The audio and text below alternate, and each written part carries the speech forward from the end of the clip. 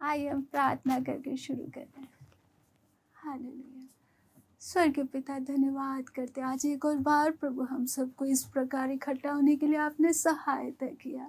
आपके पवित्र वचन के सामने हम बैठे पिता, आपके वचन के द्वारा आप हम एक एक से बातें करें, हमारी समझ को खोल ताकि हम आपको पहचान सके, आपकी इच्छा को पहचान सके और आपकी इच्छा के अनुसार अपना जीवन आगे बिता सके। आपके हाथों में सौंपते हुए यीशु मसीह के नाम से मांगते हैं, आमीन। अभी जिस प्रकार हम लोग गाना सुन रहे थे, हे यीशु तेरा रूप मेरे आंखों में कितना सुनहरा है ना, तो वो ही जैसे परमेश्वर का इच्छा क्या है हमारे जीवन के बारे में, इस पृथ्वी में रहते हुए है ना, हम लोग देख रहे थे कैसे वो बहन एक पत्थर के टुकड़े में इतना एक सुंदर स्वरूप तैयार कर रही है। ऐसे पवित्र आत्मा का इच्छा हमारे जीवन के बारे में क्या है कि हमारे एक एक के अंदर यीशु का स्वरूप आना है ना। उसके लिए हम पढ़ते वचन रोमी 8:29, क्योंकि जिन्हें उसने पहले से जान लिया है उन्हें पहले से ठहराया भी है कि उसके पुत्र के स्वरूप में हो, ताकि वह बहुत भाइयों में पहलोटा ठहरे ना। तो जिन्हें उसने पहले से जान लिया, हम सबको प्रभु यीशु ने, परमेश्वर ने जगत की उत्पत्ति से पहले जान लिया और क्या भी किया, ठहराया भी है। किस लिए ठहराया है? कि हम उसके पुत्र के स्वरूप में हो, है ना। तो परमेश्वर की इच्छा हमारे जीवन के बारे में क्या है, हम एक एक के अंदर प्रभु यीशु मसीह का वो स्वरूप आना, क्योंकि इसी के लिए प्रभु ने हमें चुना है। लेकिन बहुत बार हम लोग इस बात पर कम ध्यान देते है ना, हमारा ध्यान बाकी सब बातों पर रहता है। लेकिन परमेश्वर ने जिसके लिए मुझे चुना, वो काम मेरे अंदर पूरा होना बहुत जरूरी है, तभी मैं बोल सकती हूँ हाँ मैंने अपना दौड़ को पूरा किया। यदि अभी हम लोग को देख रहे थे किस प्रकार वो बहन मेहनत के साथ उस पत्थर के टुकड़े में कितने औजारों को इस्तेमाल करते हुए वो रूप ला रही, इसमें बहुत उस पत्थर को सहना है, आसान नहीं है। इसी प्रकार हमारा पाप से बिगड़ा हुआ स्वभाव को, है ना, हमारा स्वभाव पूरा क्या हो गया था, पाप के कारण बिगड़ चुका था, कुछ भी अच्छी वस्तु हमारे अंदर नहीं थी। ऐसे एक व्यक्ति को यीशु के स्वरूप में लेकर आना है तो कितना एक मेहनत का काम है। खाली प्रार्थना करके, चमत्कार करके एकदम से यीशु का स्वरूप हमारे अंदर नहीं आएगा। पवित्र आत्मा हमारे अंदर इसलिए आया है मुझे और आपको बदलने के लिए ना। बपतिस्मा लेने के बाद वो काम तेजी से हमारे अंदर शुरू होता है और हमारे मौत के पहले या यीशु के आगमन से पहले वो काम को पूरा होना है। लेकिन ये काम आसान नहीं है, बहुत दर्द भरा काम है ना। ये जो हम पत्थर से यदि पूछे, उसको यदि एक मुंह होता तो वो बताता कि कितना उसने दर्द सहा। इसी प्रकार जब प्रभु हमें बदलना चाह रहा है, ये भी रास्ता आसान नहीं है। प्रार्थना करना आसान है, वचन पढ़ना आसान है, लेकिन हमारी एक एक स्वभाव को बदलना वो आसान नहीं है। उसमें हमें बहुत कुछ क्या करना पड़ेगा, सहना पड़ेगा। और जहाँ थोड़ा सा भी दर्द आता है हमारा मन पीछे हट जाता है। हम चाहते हैं कि आसानी से जो हो सके वो हो जाए। बपतिस्मा लेने में आराम से बस पानी में एक डुबकी लगाना है, तो उसके लिए हम लोग जल्दी से तैयार हो जाते हैं, बस पानी में एक डुबकी लगाना और तो कुछ नहीं है। लेकिन यीशु के स्वरूप में बदलना है तो बहुत हमें दर्द की हालत से गुजरना पड़ेगा। उसके लिए हमें पहले से तैयार होना पड़ेगा, समझना पड़ेगा। जैसे उदाहरण के तौर पे अब ये कैंसर का मरीज है ना, यदि उसे अपने बीमारी का गंभीरता मालूम हो कि हाँ ये बीमारी इतना खतरनाक है कि कुछ ही समय में मुझे अपने जान को खोना पड़ेगा इस बीमारी के कारण, तो वो डॉक्टर के पास जाकर बोलेगा हाँ डॉक्टर जो आप बोलोगे मैं करने को तैयार हूँ, मुझे कैसे भी इस खतरनाक बीमारी से ठीक होना है। तो डॉक्टर क्या बोलेगा, भाई इसके लिए तो ऑपरेशन करना पड़ेगा और तुझे कीमोथेरेपी लेना पड़ेगा। ऑपरेशन करना कितना दर्द भरा है ना, कीमोथेरेपी में भी कितना सहना पड़ता है, कितने महीनों तक। लेकिन वो मरीज को मालूम है ये कीमोथेरेपी और ये ऑपरेशन मेरे फायदे के लिए है, ये नहीं करवाऊंगा तो मैं मर सकता। जब उसको वो फायदा समझ में आता है तो वो अपनी मंजूरी देता है, हाँ डॉक्टर साइन करके भी दे देता है, हाँ मेरे ठीक है दर्द भरा है, कठिन है, लेकिन मेरा ऑपरेशन करो क्योंकि ये ऑपरेशन मुझे बचाएगा। कीमोथेरेपी चाहे कितना भी दिक्कत है तो भी अंदर से उस चीज के लिए तैयार हो जाएगा। ठीक है सब कुछ मैं सहने को तैयार हूँ, कैसे भी मुझे इस बीमारी से छुटकारा पाना है, क्योंकि उसको वो बीमारी का गंभीरता मालूम है। यदि कुछ नहीं करूंगा तो मैं ही मर जाऊंगा। इसलिए हर बात, पैसा भी है ना, कैंसर के इलाज में कितने लाखों में पैसा लगता है। वो पैसा कई लोग तो अपना मकान भी बेचकर अपने इलाज में लगाते हैं, कैसे भी जान बच जाए। जब एक शारीरिक बात के लिए इतना करने को हम तैयार है तो प्रभु यीशु मसीह हमें अनंत काल के लिए अपने स्वरूप में जब बनाना चाहता है, हम थोड़ा सा परेशानी आ जाए एकदम हम परमेश्वर से ही सवाल करना शुरू कर देते। परमेश्वर ऐसे तो मैंने सोचा नहीं था कि मेरे साथ ऐसा होगा, फिर क्यों हो रहा है ना। जो काम परमेश्वर का, अभी एक मरीज जाकर डॉक्टर से हर बात में ये सुई क्यों लगा रहे हो, ये क्यों कर रहे हो, तो डॉक्टर को भी अच्छा नहीं लगेगा, बोलेगा इलाज कराने तो चुपचाप रहे और मुझे जो करना है करने दे। लेकिन परमेश्वर के सामने कुछ भी होता तो तुरंत परमेश्वर मेरे साथ ऐसा क्यों हो गया। मेरे पास भी आके कई लोग बोलते हैं देखो मैं तो इतना अच्छे से प्रार्थना कर रही हूँ फिर मेरे साथ ऐसा क्यों हो रहा है। भाई प्रार्थना कर रहे हो इसलिए प्रभु जल्दी जल्दी आपको तैयार करना चाहता है। इसलिए अच्छे से हम समझ ले, पहले यीशु के स्वरूप में बदलना आसान नहीं है, ये एक दर्द भरा रास्ता है। बपतिस्मा लेना आसान है, ये पवित्र आत्मा पाना आसान है और आराधना करना आसान है, लेकिन यीशु के स्वरूप में बदलना है तो मेरे को बहुत तोड़ फोड़ को सहना पड़ेगा। ये आसान नहीं है, पहले से मन बनाना पड़ेगा, हाँ मैं सहने को तैयार हूँ, मेरे अंदर बस यीशु का स्वरूप आ जाए। जैसे कैंसर का मरीज वो अंदर से पहले तैयार हो जाता है, हाँ मैं ऑपरेशन के लिए तैयार हूँ, हर बात सहने के लिए तैयार हूँ, कैसे भी मैं इस बीमारी से छुटकारा पाऊँ। इसी प्रकार यदि मेरे अंदर यीशु का स्वरूप आना है तो पहले से मुझे तैयार होना है कि परमेश्वर जो भी रास्ते में आप चलाए मुझे, मैं बिना सवाल करते हुए आपसे अनुग्रह, अपने ताकत से हम नहीं सह सकते, प्रभु से शक्ति मांगते हुए प्रभु मैं उस रास्ता पे चलने को तैयार हूँ। तभी पवित्र आत्मा वो काम को सही ढंग से हमारे जीवन में पूरा कर पाएगा।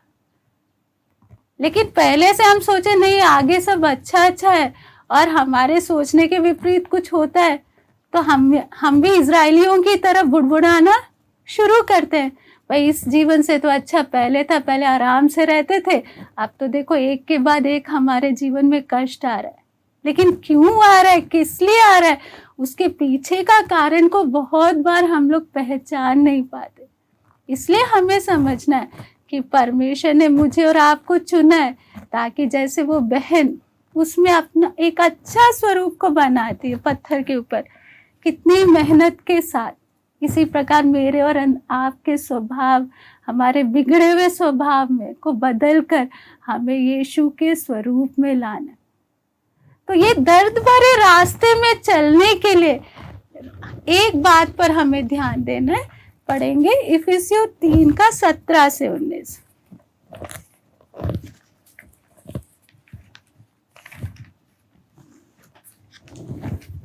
और विश्वास के द्वारा मसीह तुम्हारे हृदय में बसे कि तुम प्रेम में जड़ पकड़कर और नींव डालकर सब पवित्र लोगों के साथ भली भांति समझने की शक्ति पाओ कि उसकी चौड़ाई और लंबाई और ऊंचाई और गहराई कितनी है, और मसीह के उस प्रेम को जान सको जो ज्ञान से परे है। तो जैसे हमने देखा कि रास्ता आसान नहीं है, रास्ता कठिन है, लेकिन इस रास्ता में चलने के लिए जरूरी बात क्या है, और विश्वास के द्वारा मसीह तुम्हारे हृदय में बसे और तुम प्रेम में जड़ पकड़कर और नींव डालकर। तो इस रास्ता में आगे चलना है, यीशु के स्वरूप में बदलना है, तो 2 बातें हमारे अंदर होना बहुत जरूरी है। एक विश्वास परमेश्वर के प्रति कि हाँ रास्ता, जैसे एक मरीज डॉक्टर पर विश्वास करता है, डॉक्टर हाथ में भले वो काटने का सारा इंस्ट्रूमेंट्स ले रहा है, लेकिन मरीज को मालूम है डॉक्टर के हाथ में दर्द देने वाला काटने का और सिलाई करने का सुई सब भी है, लेकिन डॉक्टर मेरे फायदे के लिए यूज कर रहा है, फालतू में मुझे दर्द नहीं दे रहा है। तो जैसे एक मरीज आंख बंद करके डॉक्टर पर विश्वास करता है, हम डॉक्टर से कितना हजारों गुना बढ़कर परमेश्वर पर हम के ऊपर हमारा विश्वास होना चाहिए। जो कुछ भी परमेश्वर मेरे जीवन में होने दे रहा है वो सब मुझे बर्बाद करने के लिए नहीं है, मेरे फायदे के लिए। तो सबसे पहले जैसे डॉक्टर पे विश्वास है, उससे हजारों गुना बढ़कर हमें विश्वास होना है परमेश्वर के प्रति कि हाँ मेरा जीवन परमेश्वर के हाथों में, वो मेरे साथ बुरा नहीं करेगा, चाहे कितना भी कड़वा से कड़वा परिस्थिति हो, इस कड़वे अनुभव में भी मेरे लिए भलाई छिपी है। और दूसरा, हमारे अंदर परमेश्वर के प्रेम में हमें जड़ पकड़ना है, मनुष्य के प्रेम में नहीं, परंतु परमेश्वर के प्रेम में जितना हमारा जड़ फैलेगा उतना, चाहे जीवन में कितना भी आंधी तूफान आए, हम खड़े रह पाए। तो इसलिए सबसे ज्यादा जरूरी क्या है, मेरा जड़ कहाँ फैल रहा है। हमें देखना है, मैं जैसे एक पौधे का सबसे जरूरी हिस्सा कौन सा है, जड़। जड़ सही जगह है तो पौधा भी आगे बढ़ता जाएगा, फल लाएगा। लेकिन जड़ के लिए यदि हालत ठीक नहीं है, जड़ यदि सूख जाए या सड़ जाए तो पौधा भी टिकेगा नहीं। तो मुझे देखना है मेरा आज जड़ कहाँ फैल रहा है, क्या संसार के प्रेम में फैल रहा है या प्रभु के प्रेम में बढ़ रहा है। क्योंकि बहुत बार हम लोग संसार को ज्यादा प्यार करते हैं, हमारा जड़ ज्यादा संसार में फैलता है, इसलिए जब आंधी तूफान आते तो हम टिक नहीं पाते। यहाँ पे वचन में लिखा है कि मेरा और आपका जड़ किसके प्रेम में बढ़ना है, प्रभु यीशु परमेश्वर के प्रेम। यहाँ पे लिखा है प्रेम में जड़ पकड़कर और नेव डालकर सब पवित्र लोगों के साथ भली भांति समझने की शक्ति पाओ कि उसकी चौड़ाई और लंबाई और ऊंचाई और गहराई कितनी है, और मसीह के उस प्रेम को जान सको जो ज्ञान से परे है। तो एक एक दिन यदि मेरे अंदर परमेश्वर का काम होना है, तो ये भी जरूरी है कि मेरे अंदर परमेश्वर के लिए जो प्यार है वो बढ़ना है। दोनों साथ साथ होना है। एक एक दिन मेरे अंदर जितना परमेश्वर के लिए प्यार बढ़ता जाएगा, उतना मैं परमेश्वर को अनुमति दूंगी, हाँ प्रभु आपको जो करना है आप कर लो। परमेश्वर के ऊपर भरोसा बढ़ता जाएगा, तो प्रभु कुछ भी होने दो, मैं हर बात के लिए तैयार हूँ। उतना हमारा अंदर से मन तैयार होता जाएगा। इसलिए जितना अभी विश्वास है, जितना अभी प्रेम है, हम उससे तृप्त ना रहे कि हाँ मेरे अंदर है। देखो मेरे अंदर अभी छोटा सा वीडियो दिखाया, पिछली बार हमने बर्तन का भी देखा, कैसे बर्तन तैयार हो रहा है। तैयार होना आसान नहीं है, बहुत कठिन है। उसके लिए यदि मेरे अंदर मेरा विश्वास और प्रेम बढ़ते नहीं जाएगा, तो हो सकता है मैं परिस्थिति को देख के मैं घबरा जाऊं। प्रभु ये इस बात सब मेरे को सहने के लिए मुश्किल है, ये मेरे से सहन नहीं होगा।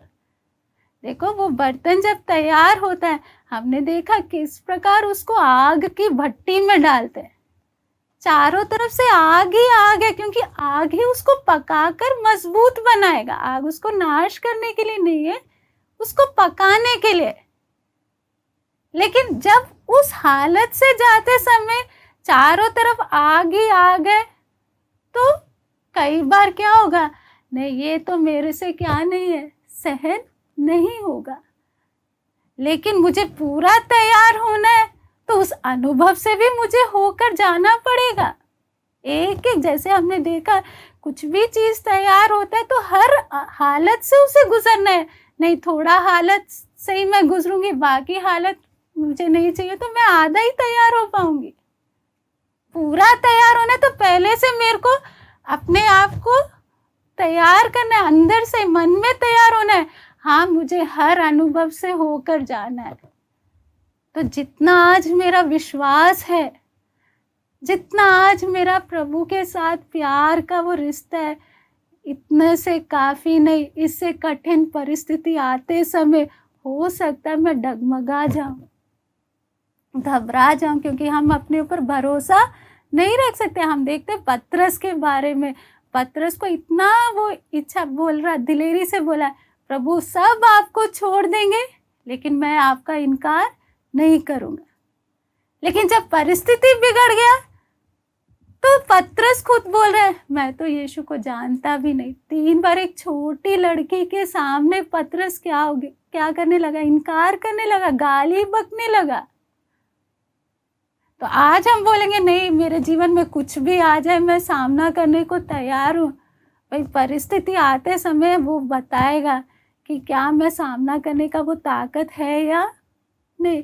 इसलिए कभी भी हम अपने ऊपर भरोसा ना रखें, लेकिन हम दिन प्रतिदिन परमेश्वर के वचन में, परमेश्वर के प्रेम में हमारा जड़ बढ़ता जाए, फैलता जाए, ताकि संसार के कितना भी बड़ा आंधी तूफान आए, हमें प्रभु से अलग ना कर सके। तो प्रभु में मेरे को बढ़ना है, प्रभु के प्रेम में मेरा जड़ फैलना है। तो ज़्यादा मेरे को किसके प्रेम के बारे में सोचना पड़ेगा, परमेश्वर के प्रेम। परमेश्वर ने मुझसे कितना प्यार किया, उसकी गहराई को मुझे समझना पड़ेगा, उसकी लंबाई और चौड़ाई को मुझे समझना पड़ेगा। आज सबसे बड़ा परेशानी हमारे साथ क्या है कि हम संसार में इतना ज़्यादा घुस गए हैं, हमारे दिमाग में इतना ज़्यादा संसार बस गया है कि हमें परमेश्वर का वो प्रेम के बारे में सोचने का ही समय नहीं है। और फिर हम बहाना करते हैं कि नहीं देखो इतनी चिंता है, इतनी जिम्मेदारी है, समय नहीं मिलता। लेकिन असली में क्या है, हमारा जड़ पूरा संसार में है। इसलिए परमेश्वर का प्रेम कितना भी, उदाहरण के तौर पे जैसे ये किताब है, ये किताब को सोच लो, ये कॉपी संसार है। इसको मैं अपने आंखों के सामने ऐसे लगा के रखूंगी तो पीछे जो भी है मुझे दिखाई नहीं देगा, पीछे चाहे कितना भी कुछ हो। लेकिन मैंने अपने आंखों को पूरा किस में लगा रखा है, इस कॉपी में लगा रखा है।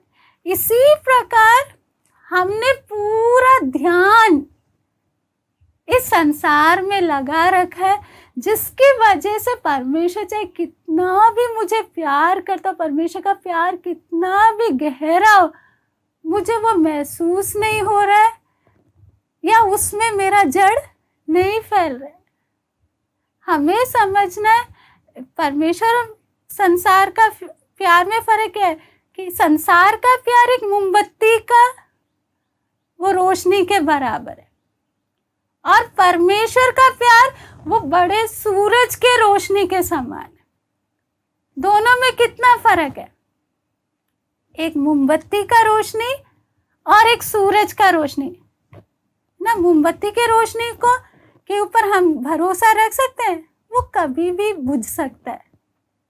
लेकिन सूरज का रोशनी, सूरज के किरण क्या इस संसार के आंधी तूफान से कभी खत्म होगा? हाँ, बादल हो सकता है कभी आके उसको छिपा दे हमारी नजर से, लेकिन सूरज की रोशनी को कोई भी क्या नहीं कर सकता, कुछ भी उस पर असर नहीं डाल सकता। लेकिन एक मोमबत्ती का रोशनी, मोमबत्ती पिघलते जाएगा और धीरे धीरे खत्म होते जाएगा। इसी प्रकार संसार को हम प्यार करते हैं, संसार में हम अपने लोगों को बहुत प्यार करते हैं, वो गलत नहीं है, लेकिन मौत के साथ वो बुझ जाएगा, तब आप क्या करोगे? हम तो पूरा किसके भरोसे बैठे थे? उस मोमबत्ती की रोशनी, हाँ भाई वो व्यक्ति है या ये व्यक्ति है, लेकिन क्या हम उस पर भरोसा रख के चल सकते हैं? जबकि परमेश्वर का इतना बड़ा प्रेम है जिसको हम शब्दों में बयान नहीं कर सकते। परमेश्वर का प्यार इतना गहरा है, लेकिन हमारे पास क्या नहीं है, समय नहीं है परमेश्वर के प्यार की उस गहराई को जानने के लिए, है ना। हर समय हमारे दिमाग में चलता क्या है, उसने मुझे क्या कह दिया, या इसने मुझे पूछा नहीं, है ना। अपने रिश्तेदारों के बारे में, अपने लोगों की चिंता लेकर हमारे पास क्या ही नहीं रहा, समय नहीं रहा कि मैं परमेश्वर के उस गहरे प्यार को और समझ सकूं, ताकि मेरे जड़ संसार में ना बढ़े, परंतु किस में बढ़े? परमेश्वर के प्रेम में बढ़े। इसलिए हम देखते हैं कि पौलुस प्रार्थना करता है इफिसियों के विश्वासियों के लिए। तुम इफिसियों 1:16 और 17, तुम्हारे लिए धन्यवाद करना नहीं छोड़ता और अपनी प्रार्थनाओं में तुम्हें स्मरण किया करता हूँ कि हमारे प्रभु यीशु मसीह का परमेश्वर जो महिमा का पिता है, तुम्हें अपनी पहचान में ज्ञान और प्रकाश की आत्मा दे और तुम्हारे मन की आंखें ज्योतिर्मय हो, है ना। यहाँ पे पौलुस क्या प्रार्थना कर रहे हैं? तुम्हारी मन की आंखें क्या हो? ज्योतिर्मय हो। हमारी संसारिक शरीर की आंखों में रोशनी, इसलिए खाली क्या ही दिखता है हमें? संसार ही दिखता है, लोग ही दिखते हैं, परिवार ही दिखता है, लेकिन ये सब थोड़े समय का है। मौत के साथ हमें सब कुछ, जितना भी हम गहरा प्यार करें, सबको छोड़ना है। तो यहाँ पे पौलुस क्या बोल रहा है? तुम्हारे शरीर के आंखों से देखने से काफी नहीं, तुम्हारी कौन सी आंखें ज्योतिर्मय हो? मन की आंखें ज्योतिर्मय हो, ताकि कि हमारे प्रभु यीशु मसीह का परमेश्वर जो महिमा का पिता है, तुम्हें अपनी पहचान में ज्ञान और प्रकाश की आत्मा दे।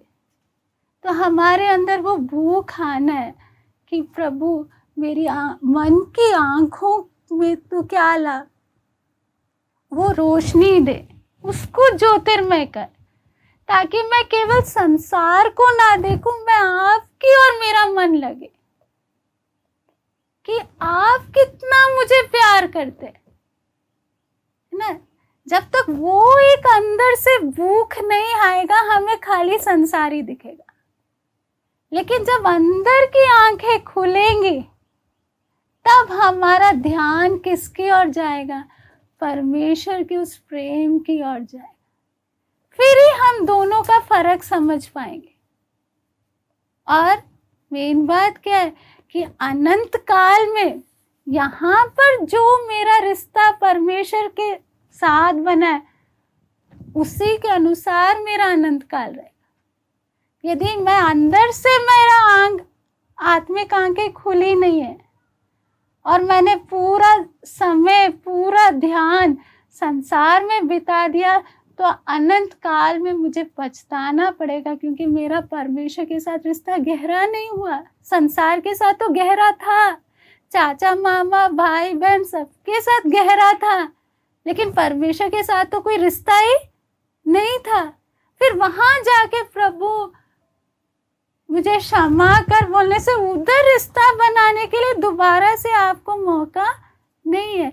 इसलिए आप जब परिस्थिति चारों तरफ बिगड़ रहा है, हमारे जैसे एक अंधा व्यक्ति तरसता है कि मुझे देखने की क्या मिले, शक्ति मिले, मैं भी देखूं, सब देखते मुझे भी देखने का मौका मिले। उसके अंदर का रोना वो ही जानता है।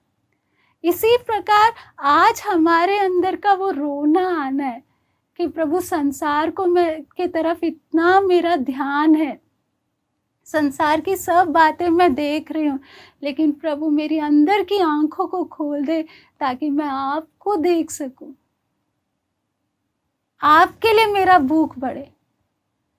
तब फिर आप धीरे धीरे परमेश्वर के प्रेम में बढ़ते जाओगे। जब तक अंदर से वो इच्छा नहीं आएगी, हम कितना भी कोशिश करें, हम लोग यहाँ के चिंताओं में ही डूबे रहेंगे। वहाँ के लिए, अनंत काल के लिए जैसे तैयार होना है, हम नहीं हो पाएंगे। इसलिए सबसे जरूरी क्या है, जैसे एक अंधा व्यक्ति का अंदर का रोना रहता है, तरसता है जैसे अंदर से, प्रभु बाहर की आंखें अब तो संसार को सबको देख रही है, लेकिन मौत के साथ प्रभु सब समाप्त हो जाएगा, सबको मुझे छोड़ना है। लेकिन प्रभु यदि मेरा अंदर का आंखें खुल जाए और आपके साथ रिश्ता मेरा गहरा हो जाए, तो अनंत काल के लिए मुझे पछताना नहीं पड़ेगा।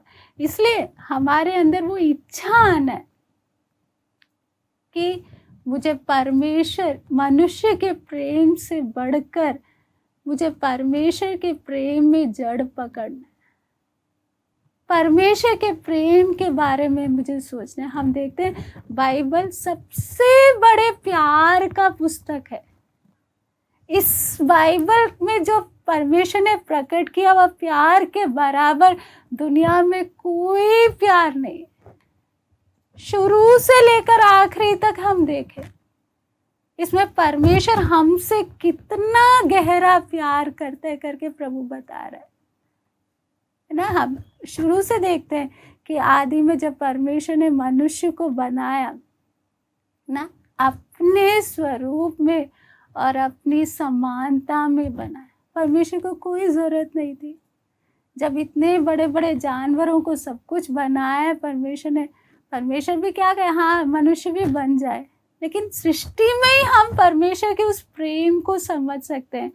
बनाने का ढंग कैसे, परमेश्वर किस तरीके से मिट्टी को अपने हाथों में लेकर क्या कर रहा है, बना रहा है ना। जबकि बोलकर आराम से, हाथी वगैरह तो इंसान से कितने बड़े हैं, सारे नक्षत्र सब कितने बड़े, उन सब के लिए परमेश्वर अपना खाली शब्द का इस्तेमाल करते समय, हम मनुष्य को जब परमेश्वर बना रहा है तो अपना केवल मुंह का शब्द नहीं इस्तेमाल कर रहा है, परंतु हाथ में मिट्टी ले रहा है और अपने स्वरूप में मनुष्य को बना रहा है। उससे हम परमेश्वर की वो अंदर की इच्छा को समझ सकते हैं, कितना ज़्यादा परमेश्वर मनुष्य से प्यार करता है, सारे सृष्टि से बढ़कर, है ना, हर चीज से बढ़कर परमेश्वर मनुष्य को प्यार करता है। और हम देखते पहले सब कुछ परमेश्वर ने इंतजाम किया, सारा कुछ जो भी इस मनुष्य के लिए जरूरत है, खाने के लिए, रहने के लिए, हर चीज का इंतजाम करने के बाद परमेश्वर आखिरी में मनुष्य को बना रहे, और पृथ्वी का अधिकार भी परमेश्वर मनुष्य के हाथ में, आदम के हाथ में दे रहा है कि तू इस पे राज्य कर। उससे हमें समझना है परमेश्वर इंसान से प्यार कितना करता है ना। बाइबल हम इसलिए ना पढ़े कि मुझे ज्ञान बढ़ाना है, जितना हम बाइबल पढ़ते जाते उतना हमें अपने अंदर झांक कर देखना है, क्या परमेश्वर के लिए मेरा प्रेम बढ़ रहा है या नहीं बढ़ रहा। नहीं तो ज्ञान बढ़ाकर कोई फायदा नहीं है। बाइबल पढ़ते समय भी हमारे अंदर वो इच्छा रहना, प्रभु मैं अपना ज्ञान बढ़ाने के लिए नहीं, हाँ भाई मुझे बोला गया इसलिए मैं बाइबल पढ़ रही हूँ, प्रभु मैं आपको और जान सकूं, आपके साथ मेरा रिश्ता और गहरा हो। और एक एक पन्ना जब मैं पढ़ते जा रही हूँ, प्रभु मेरे अंदर आपके लिए वो प्यार बढ़ना, क्योंकि आप हमसे इतना प्यार करते। सर्वशक्तिमान परमेश्वर को कोई ज़रूरत नहीं था आदम को ऐसे बनाकर सारा अधिकार उसके हाथों में दे ले। बाद में हम देखते जब आदम ने परमेश्वर की आज्ञा को तोड़ा, फल खा लिया, तब परमेश्वर ऊपर से कोई क्या नहीं दे रहा, हुक्म नहीं चला रहा, आदम दे मैंने देख लिया तू क्या कर रहा है ना। हम होते तो ऊपर पास भी नहीं जाते, लेकिन सर्वशक्तिमान परमेश्वर खुद ढूंढ कर आकर आदम को सीधा ही डांटना नहीं शुरू किया, लेकिन आदम से क्या पूछा, आदम तू कहाँ है। ये एक एक बात हम देखते समय हमें परमेश्वर की वो इच्छा को समझना है, उस प्रेम को समझना है। फिर बाद में जब अदन की वाटिका से आदम को बाहर भेजते समय परमेश्वर आराम से, हाँ तूने जो किया है तू भुगत करके बोलकर उसको ऐसे ही भेज सकता था। तूने खाया फल, महिमा चले गया, वैसे ही जा, तुझे थोड़ी तो अक्ल आएगी, हम तो ऐसे ही करते। लेकिन परमेश्वर ने आदम को उसी तरीके से नहीं बाहर भेजा, परंतु परमेश्वर ने उन्हें चमड़े का अंगरखा पहनाकर अदन की वाटिका से बाहर भेजा ना। उससे हम किसका दिल को समझ सकते हैं, परमेश्वर का दिल। क्योंकि बहुत बार हमारे दिमाग में क्या चलता है, देखो परमेश्वर मेरे ऊपर इतना कष्ट है, तू तो देख कर तेरे को तरस नहीं आ रहा, इसलिए तू मुझे प्यार नहीं करता। एक गलत एक पिक्चर हम अंदर बिठा लेते हैं परमेश्वर के लिए। क्यों? क्योंकि परमेश्वर मेरी इच्छा के अनुसार नहीं कर रहा, इसका अर्थ है कि परमेश्वर मुझसे क्या नहीं करता, प्यार नहीं करता, है ना। जीवन की परिस्थितियों को लेकर हम इसके खिलाफ बुड़बुड़ाने लगते हैं, परमेश्वर के खिलाफ बुड़बुड़ाने लगते हैं। क्यों मेरे साथ ऐसा हो रहा है, क्यों परमेश्वर इस रास्ता में चला रहा है मुझे, इन बातों को समझने का हम कोशिश नहीं करते। हम क्या चाहते हैं, प्रभु यदि आप मुझे प्यार करते हो तो मेरी सुनकर चलो ना, मेरी इच्छा को आप पूरी करोगे तब मैं मानूंगी कि आप मुझे क्या करते हो, प्यार करते हो। बाकी बातों से मुझे क्या नहीं है, कोई मतलब नहीं है। लेकिन ऐसे चलेंगे तो कभी भी हम परमेश्वर को समझ नहीं पाएंगे, हमारी इच्छाएं हमें नचाते रहेंगी। इसलिए हमारे, चाहे मेरे जीवन में परिस्थिति कैसा भी हो सकता है, मेरी खुद की गलतियों की वजह से मैं भुगत रही हूँ, हो सकता है परमेश्वर को इस परिस्थिति के पीछे और कुछ योजना हो। जैसे हम यूसुफ के बारे में देखते हैं, परमेश्वर की इच्छा थी कि यूसुफ को क्या बनाना है, मिस्र का प्रधानमंत्री बनाना है। इसलिए परमेश्वर उसको अलग अलग अनुभवों से लेकर तैयार कर रहा है। बहुत बार हमारे जीवन में जो बातें घटती हैं हमें समझ में नहीं आ रहे क्यों आ रहा है, क्यों हो रहा है, और सीधा हम बुड़बुड़ाने लग जाते हैं। हम लोग परमेश्वर के ऊपर शक करने लग जाते हैं, सवाल उठाने लग जाते हैं। लेकिन हमें इसलिए हम वचन के द्वारा हम परमेश्वर को जानने की कोशिश करें। परमेश्वर का स्वभाव कैसा है, वो कितना ज़्यादा प्यार करने वाला है। हमारा प्यार उसके सामने कुछ भी नहीं है। इतना प्यार करने वाला परमेश्वर मेरे जीवन में कुछ होने दे रहा है तो मुझे बर्बाद करने के लिए नहीं, कुछ कारण होगा जो मुझे वो तैयार कर रहा होगा। इसलिए हमें वचन के द्वारा, वचन में परमेश्वर को जानते हुए उस प्रेम में हमारा जड़ बढ़ना है। इंसान के प्रेम में नहीं, परमेश्वर। क्योंकि इंसान के प्रेम में क्यों नहीं? क्योंकि इंसान आज है और कल नहीं होगा। तब हमारी हालत क्या होगी ना? अचानक मौत आकर जिनके भरोसे हम जी रहे हैं उन्हें लेकर चले जाए, फिर हम बोलेंगे अब तो जीकर फायदा क्या है? क्यों? क्योंकि हम पूरा मनुष्य पर भरोसा रखकर चल रहे थे। इसलिए अभी से जब समय आगे और बुरा होता जाएगा तो हमारा इंसान को प्यार करना है, लेकिन सबसे ज़्यादा मेरे जीवन का लक्ष्य क्या होना है? मेरे को सबसे ज़्यादा परमेश्वर के नज़दीक आना है, परमेश्वर से प्यार करना है। तो मैं वचन, चाहे मेरे जीवन में कैसा भी हालत हो, मुझे वचन से सीखना परमेश्वर ने कितना हमसे प्यार किया। हम देखते बाद में कैन ने जब गलती किया तब भी हाबिल को मारने से पहले परमेश्वर खुद आकर उसको चेतावनी दे रहा है, यदि तू भला करे, हाँ, पाप तेरे द्वार पर है, यदि तू भला करे तो उसको तेरे ऊपर प्रभुता नहीं होगी। परमेश्वर को क्या जरूरत है? लेकिन प्यार के कारण ही उसको आकर क्या दे रहा है? चेतावनी दे रहा है। बाद में हम देखते हैं हानूक के साथ परमेश्वर कैसे चल रहा है। परमेश्वर तो स्वर्ग में आराम से बैठ सकता है, लेकिन इस पृथ्वी में आकर हानूक हम जैसे एक इंसान के साथ परमेश्वर 300 साल तक चला। क्या जरूरत थी परमेश्वर को चलने की? लेकिन उससे हम क्या समझे? परमेश्वर के अंदर की इच्छा क्या है? वो हमारे साथ चलना चाहता है ना। बाद में हम देखते 300 साल के बाद परमेश्वर ने उसे जीवित ही उठा लिया। परमेश्वर ने उसे मौत देखने का ही मौका नहीं दिया, जिंदा ही उठा लिया। तो सोच लो परमेश्वर हानूक को कितना ज्यादा प्यार करने लग गया होगा कि उसे एकदम उठा लिया। क्यों? हानूक के अंदर भी एक इच्छा थी, मुझे भी परमेश्वर के साथ चलना है। हानूक के पास भी परिवार था, बच्चे थे, वो अकेला नहीं रहता था, लेकिन उसके अंदर की इच्छा, मेरे को संसार, उस समय भी चारों तरफ पाप का माहौल था। कोई हानूक के पास पास्टर नहीं था, कोई कलीसिया नहीं थी, फिर भी हानूक के अंदर एक इच्छा थी, मेरे को परमेश्वर के साथ चलना है।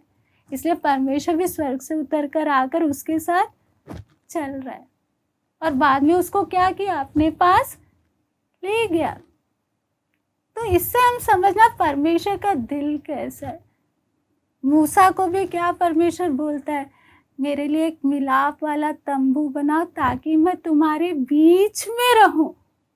जैसे एक बाप अपने बच्चों के साथ रहना चाहता है, ऐसे परमेश्वर की भी इच्छा क्या है?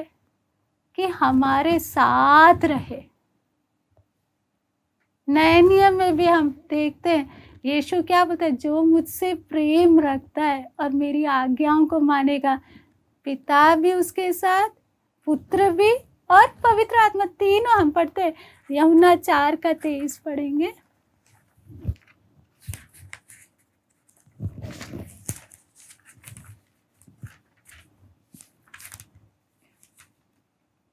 यूहन्ना 14, माफ करना, यूहन्ना 14 का 23।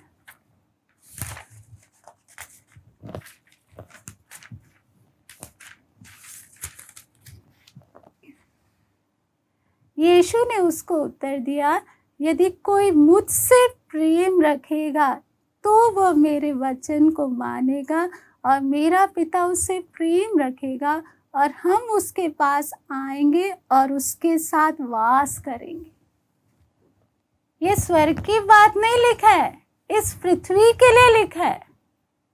स्वर्ग में तो जाके हम परमेश्वर के साथ रहेंगे, लेकिन यहाँ पर परमेश्वर क्या बोला, जो मुझसे प्रेम रखेगा वो मेरे क्या करेगा, मेरे वचन को मानेगा और फिर क्या करेगा, मेरा पिता उससे प्रेम रखेगा और हम उसके पास आएंगे और जाएंगे करके नहीं लिखा है। हाँ, हम उससे मिलने के लिए आकर चले जाएंगे। यहाँ पर क्या लिखा है, हम उसके पास आएंगे और उसके साथ क्या करेंगे, वास करेंगे। तो इससे हम अंदाजा लगा ले परमेश्वर हमारे से कितना प्यार करता है और हमारे साथ रहना चाहता है। थोड़ी देर के लिए नहीं, हमेशा हमारे साथ रहना चाहता है।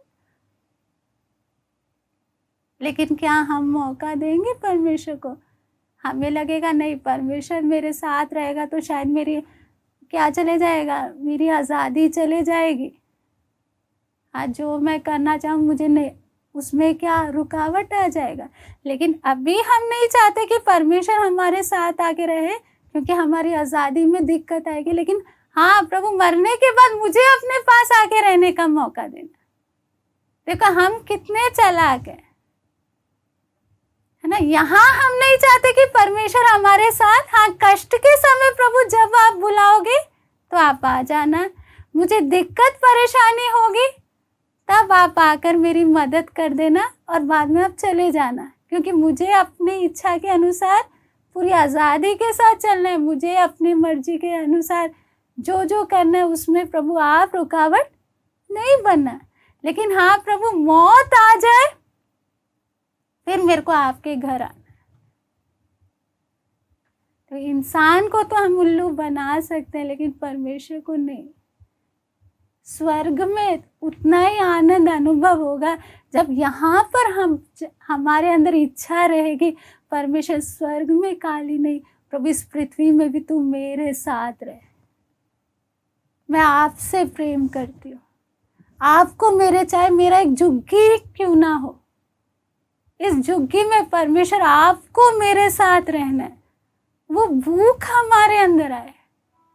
देखो इस परमेश्वर साथ रहेगा तो कितना एक आनंद का जीवन रहेगा, फिर चिंता नहीं रहेगी, है ना। आज चिंता, देखो कई बार हम सोचते हैं कि इस संसार में हमारे पास ये बातों के कारण हमें चिंता सताती है। मेन चीज के अंदर जब खाली रहता है तो चिंता हमें दबाती है, लेकिन जहाँ परमेश्वर की उपस्थिति हो वहाँ चाहे कुछ भी सांसारिक तौर पे ना हो तो भी खुशी और आनंद रहेगा। तो स्वर्ग में परमेश्वर के साथ रहने से पहले हमारे अंदर इच्छा क्या होना है, स्वर्ग में जाकर नहीं, प्रभु इधर मेरे इस छोटे घर में आपको मेरे साथ रहना है। उस हिसाब से मैं अपना जीवन बिताऊंगी कि हम लोग ठीक है शारीरिक तौर पे प्रभु को नहीं देख रहे, लेकिन आत्मा में तो परमेश्वर हमारे साथ है। प्रभु क्या बोलता है, जहां 2 या 3 मेरे नाम में इकट्ठे हो वहां मैं उनके बीच में मौजूद हूं। तो कौन ऐसी वायदा करेगा? हाँ, एक पास्टर भी जाकर क्या बोलेगा, हाँ विश्वासी लोग सब आ जाए, 10-15 विश्वासी आ जाए तब अच्छा लगेगा, तब मैं जाके उनके सामने प्रचार करूंगा। कम से कम 10-12 तो होने चाहिए। लेकिन परमेश्वर क्या बोल रहा है, जहां 2 या 3 मेरे नाम में इकट्ठे हो मैं उनके बीच में मौजूद हूँ। इससे हम समझ सकते परमेश्वर का दिल कैसे है, कि जहाँ भी हम हो वहाँ परमेश्वर हमारे पास उतर कर आने को तैयार है। लेकिन हम उस पर प्यार करने वाले परमेश्वर से अपना रिश्ता बढ़ाने की जगह हम इंसान के साथ अपना रिश्ता बनाने में लगे हुए। इंसान मुझे प्यार करे, इंसान मेरी इज्जत करे, इंसान मेरे से बात करे, तो फिर जो परमेश्वर का इतना, जो हमें सबसे ज़्यादा प्यार करता है, उसकी तरफ से हमारा ध्यान हट जाता है। क्योंकि हमेशा हमारे अंदर चलती किसकी बात है? इंसान की बातें चलती। उसने मुझे ऐसे क्यों बोल दिया, उसने मुझे फ़ोन क्यों नहीं किया, है ना? हर समय इंसान इंसान ही हमारे दिमाग में रहता है। लेकिन सबसे ज़्यादा जो हमारे साथ आकर हमारे साथ रहना चाहता है, हर पल मुझे मदद करने को तैयार है ना, और बाद में मुझे अपने साथ अनंत काल के लिए स्वर्ग में ले जाने के लिए तैयारी करे, उस परमेश्वर के साथ मेरा आज रिश्ता कैसा है? नाम का रिश्ता है या थोड़ी जान पहचान है ना? कई लोगों के सबके साथ हमारा रिश्ता अलग अलग होता है, सबके साथ बराबर नहीं होता है। कई लोग को खाली हम दूर से देखकर जय मसीह की बोल देते हैं, कई लोग से हम थोड़ा और नज़दीक होते हैं, लेकिन कई लोग से बहुत ही गहरा एक संबंध होता है। इसी प्रकार मुझे और आपको जांचना है अपने आप को कि आज मेरा और परमेश्वर का रिश्ता कैसे। खाली हाँ प्रार्थना में आके प्रभु तेरा धन्यवाद, ठीक है, प्रार्थना खत्म होने के बाद अब मैं संसार में, या हर पल प्रभु जैसे हानुक आपके साथ साथ चलता था। प्रभु एक एक लिखा है, हानुक 300 साल चला, एक दिन या एक हफ्ता नहीं, 300 साल चला परमेश्वर के साथ, और बाद में परमेश्वर ने उसे उठा लिया। तो हमारे भी परमेश्वर देख रहे मेरे अंदर की इच्छा क्या है, संसार की ओर है या परमेश्वर की ओर है ना? मोमबत्ती की ओर है या सूरज की किरणों की ओर है? मोमबत्ती की ओर होगा तो 10 दिन बाद रोना ही पड़ेगा। इसलिए मुझे अपना पहले से मन को तैयार करना है, प्रभु मेरा आपके साथ का जो प्रेम का रिश्ता है वो दिन प्रतिदिन क्या होते जाने। हम देखते ना पेड़ का जड़, वो दिन प्रतिदिन मिट्टी के अंदर ही अंदर वो फैलता जाता है, एक जैसा जितना है उतना में नहीं रहता है, जड़ अंदर से फैलता जाता है। पेड़ जड़ दिखाई नहीं दे रहा है, लेकिन जब मजबूत पेड़ वो होता है जिसका अच्छे से जड़ फैला हो और आंधी तूफान का उस पर कोई असर ना हो।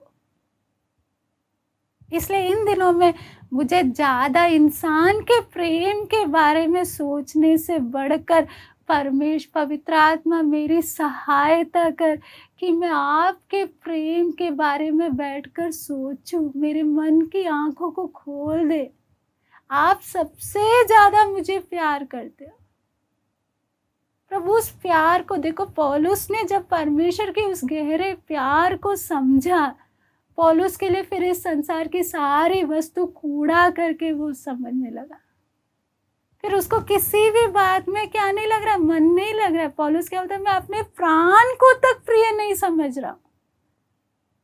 और दिलेरी से क्या बोले, कौन मुझे इस गहरे प्यार से अलग करेगा, कौन मुझे मसीह के प्रेम से अलग करेगा। इस संसार की कोई ताकत अलग नहीं कर सकती। क्यों? क्योंकि पौलुस ने इस प्रेम को पहचाना।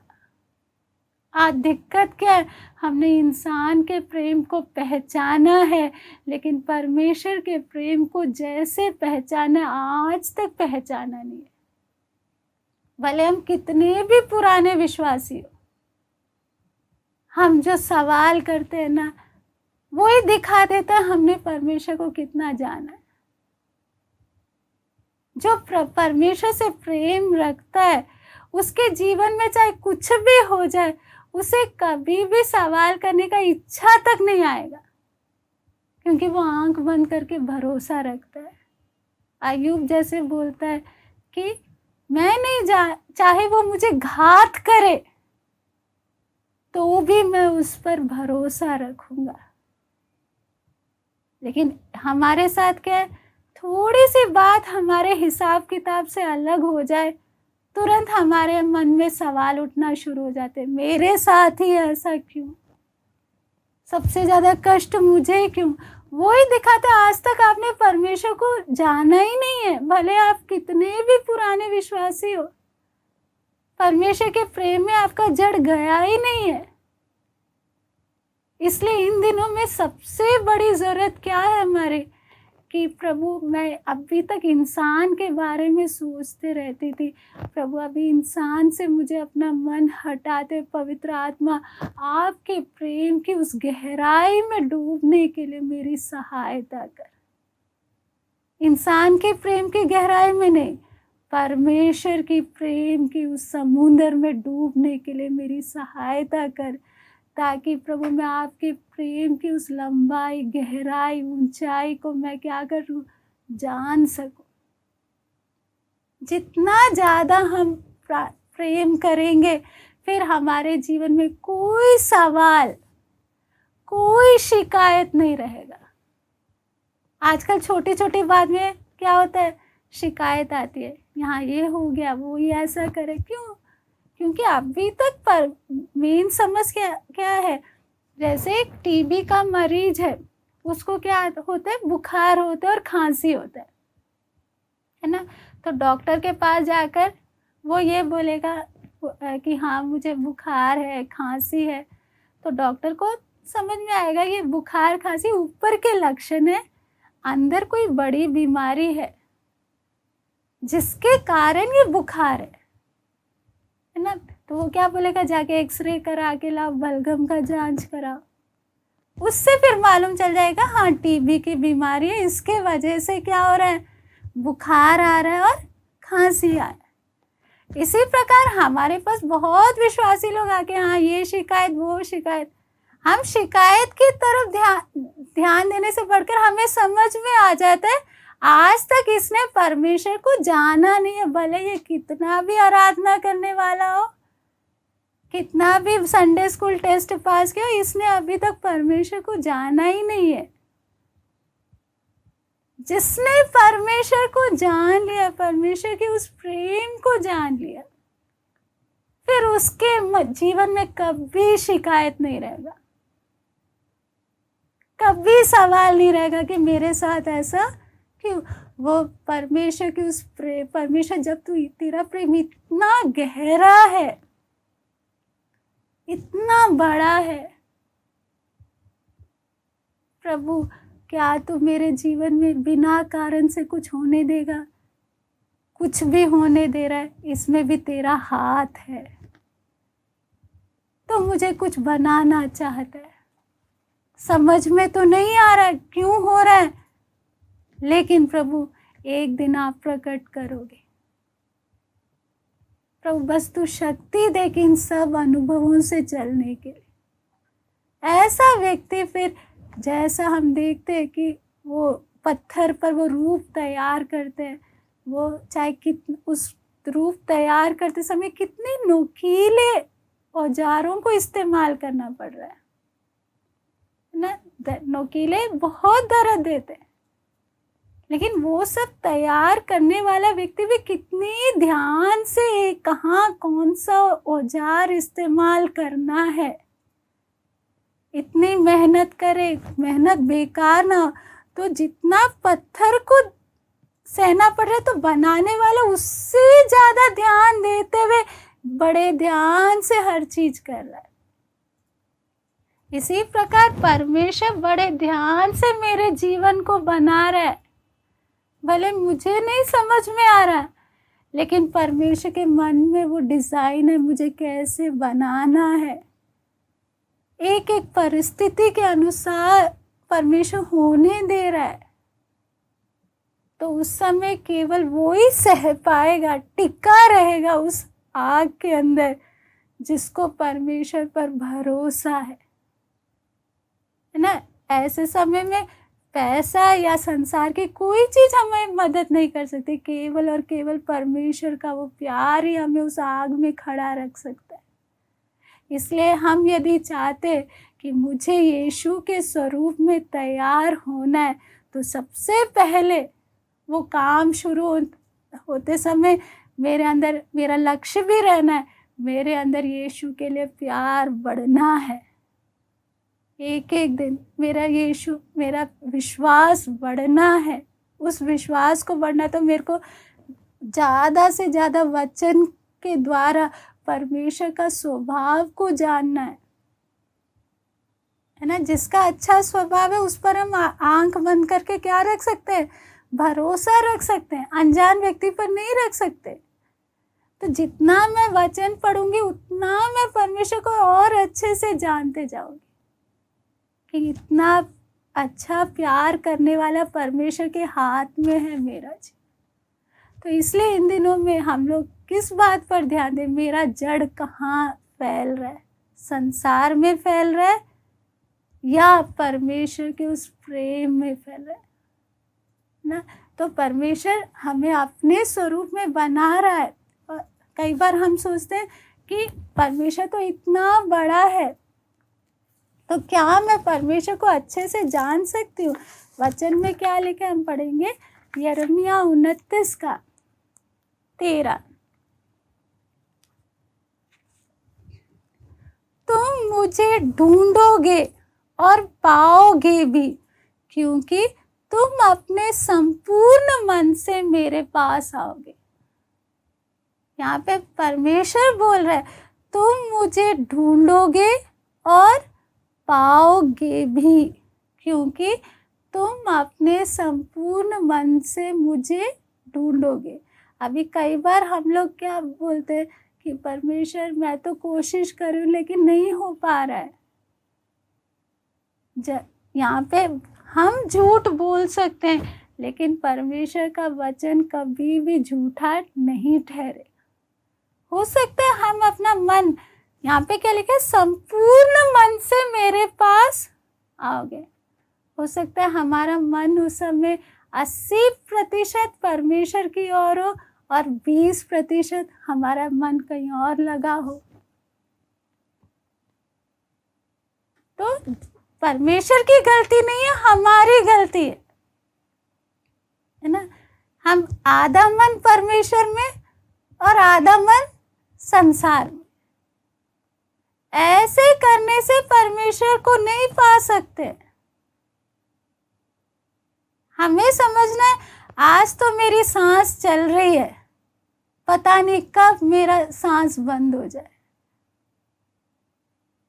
और जब सांस बंद हो जाए तो ये संसार का कुछ भी फिर मेरा मदद नहीं कर सकता है।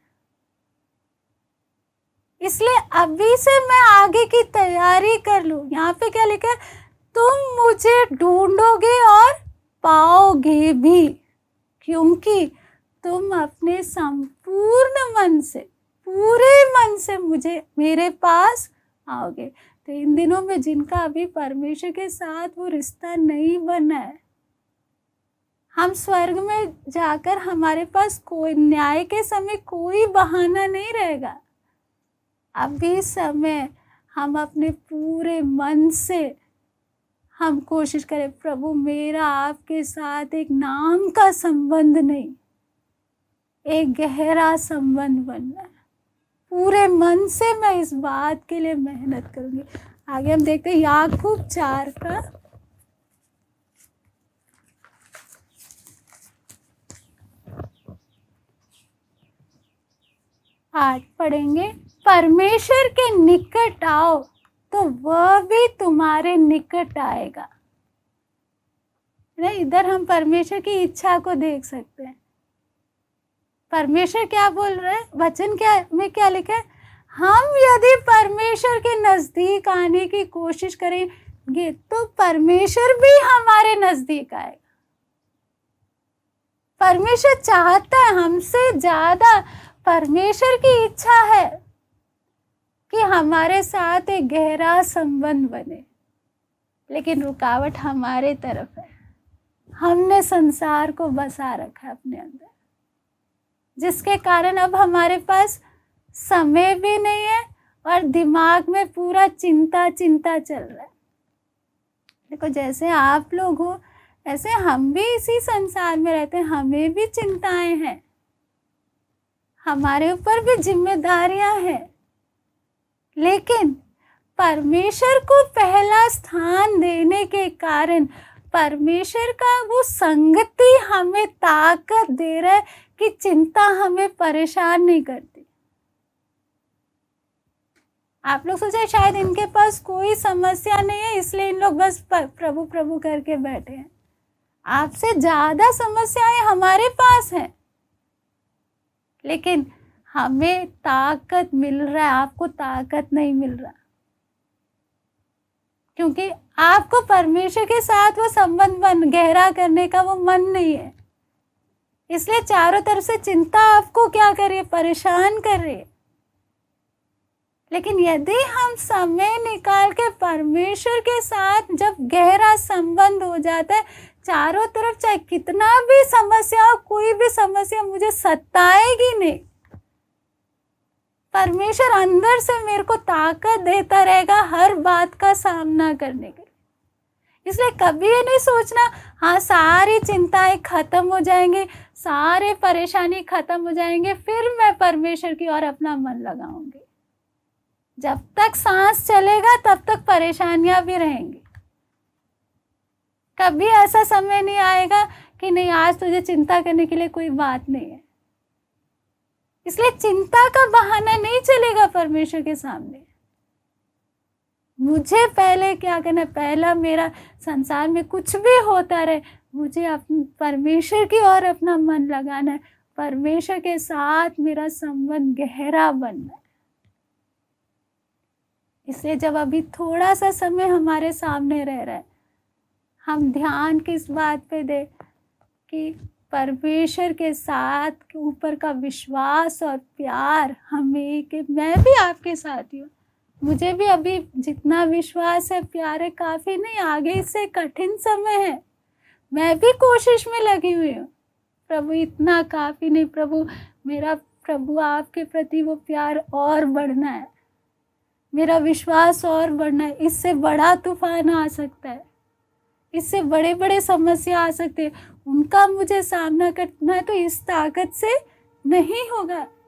तो केवल मैं आप लोग को नहीं बोल रही, मेरे खुद के जीवन में भी मैं इस बात पर ध्यान दे रही। इसलिए हमारा जड़ किस में फैलना है, परमेश्वर के उस प्रेम में फैलना है। तब परमेश्वर का जो पवित्र आत्मा, जो जैसे हम देखते ताजमहल को कितना सुंदर बनाया, हम देखकर कितना खुश होते हैं कि देखो कितना सुंदर, एक एक पत्थर को कितना अच्छा बनाया है ना। कलाकार कितने अच्छे होंगे जिन्होंने इतना सुंदर डिज़ाइन दिया। सबसे अच्छा सुंदर कला बनाने वाला कौन है? पवित्र आत्मा। पवित्र आत्मा के बराबर कोई भी नहीं है। जब पवित्र आत्मा मेरे जीवन में मुझे यीशु के स्वरूप में बदलने को तैयार है, मेरा काम है परमेश्वर आपकी इच्छा के अनुसार मुझे एक एक दिन आप तैयार करो।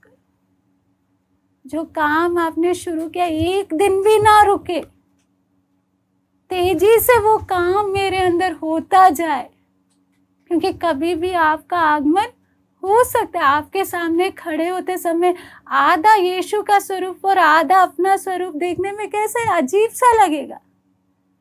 पूरा काम वो पूरा होना है मेरे अंदर, तभी परमेश्वर भी मेरे जीवन से प्रसन्न हो पाएगा कि हाँ, जिस काम के लिए, जिस बात के लिए मैंने चुना था वो बात इसके जीवन में हुई। क्योंकि हम वचन में आज अभी इतना और आगे दिखने का समय नहीं है, लेकिन हमें समझना है परमेश्वर का अनंत काल का योजना है। नए खाली उसके लिए एक आयत पढ़कर हम लोग समाप्त करेंगे। दूसरा पत्रस 3:10।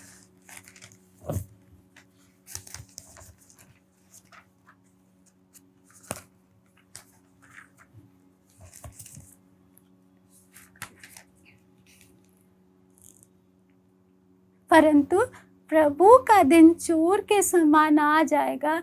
उस दिन आकाश बड़ी हड़हड़ाहट के शब्द के साथ जाता रहेगा और तत्व बहुत ही तप्त होकर पिघल जाएंगे और पृथ्वी और उस पर के सब काम जल जाएंगे,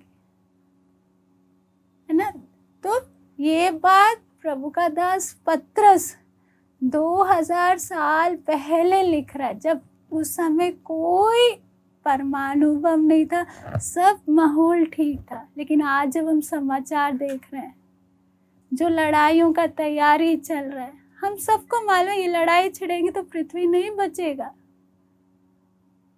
ना, क्योंकि परमाणु बम के कारण पूरा पृथ्वी नाश हो जाएगा। लेकिन यहाँ पे पतरस 2000 साल पहले क्या लिख रहा है, ये पृथ्वी और उस पर के काम सब जल जाएंगे। लेकिन उसका 13 आयत में हम पढ़ते हैं, पर उसकी प्रतिज्ञा के अनुसार हम एक नए आकाश और नई पृथ्वी की आस देखते हैं, जिनमें धार्मिकता वास करेगी। तो पतरस पहले से मालूम है कि ये आकाश और पृथ्वी जल जाएगा, लेकिन हम किसकी आस देखते हैं? एक नया आकाश और नई पृथ्वी का हम आस देखते हैं। तो परमेश्वर मुझे और आपको यीशु के स्वरूप में किसके लिए बदलना चाहता है?